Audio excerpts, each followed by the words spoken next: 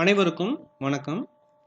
நாம் இன்று காண இருக்கும் பாடப்பகுதி 11ஆம் வகுப்பு கணக்கு பதிவியல்ல அலகு 5 இருப்பாய்வு. நமது பாடப்புத்தகத்தில் பயிற்சி கணக்கு 4 மூலமாக எவ்வாறு இருப்பாய்வினை தயார் செய்ய வேண்டும் அப்படின்றத பத்தி பார்க்கலாம். கணக்குல ஃபர்ஸ்ட் பாயிண்ட் என்னன்னு பார்த்தீங்கன்னா, கைரொக்கம், அதோட மதிப்பு ரூபாய் 7000. கைரொக்கம் நமது வியாபார நிறுவனத்திற்கு ஒரு வகையான சொத்து. சொத்துக்கள் அனைத்தும் பற்று இருப்பில் தான் இடம்பெறும். வரிசை எண் 1 எழுதிக்கோங்க. கணக்கின் பெயர் கைரொக்கம் அப்படின்னு எழுதி அதற்கான தொகை ரூபாய் 7000 பற்று இருப்பில் எடுத்து எழுத வேண்டும்.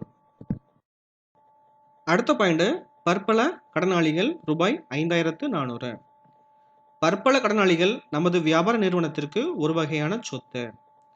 சொத்துக்கள் அனைத்தும் பற்று இருப்பில் இடம்பெறும் என்பதால் அதற்கான தொகை ரூபாய் 5400 பற்று இருப்பில் எடுத்து எழுத வேண்டும்.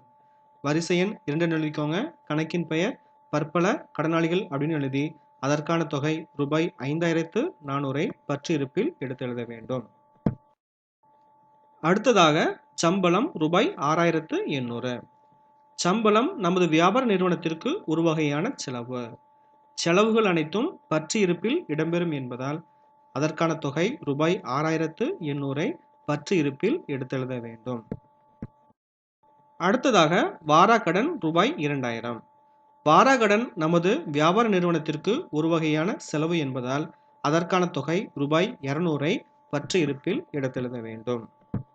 அடுத்ததாக தொடக்க சரக்கிருப்பு ரூபாய் 15400.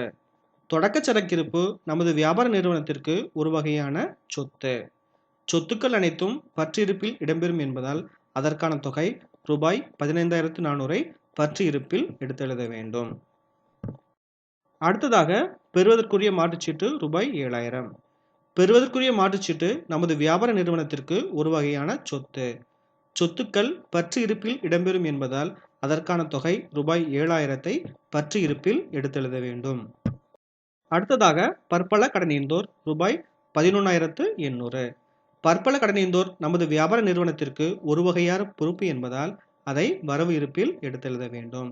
ஏனென்றால் பொறுப்புகள் அனைத்தும் வரவு இருப்பில் தான் இடம்பெறும். அடுத்ததாக முதல் நமது வியாபார நிறுவனத்திற்கு ஒரு வகையான பொறுப்பு. பொறுப்பு என்பதால் முதலை வரவு இருப்பில் எடுத்து எழுத வேண்டும். அடுத்ததாக கொள்முதல் ரூபாய் 45000. கொள்முதல் நமது வியாபார நிறுவனத்திற்கு ஒரு வகையான செலவு என்பதால் பற்று இருப்பில் எடுத்து எழுத வேண்டும். ஏனென்றால் அனைத்து செலவுகளும் பற்று இருப்பில் தான் இடம்பெறும். அடுத்ததாக விற்பனை ரூபாய் 50000.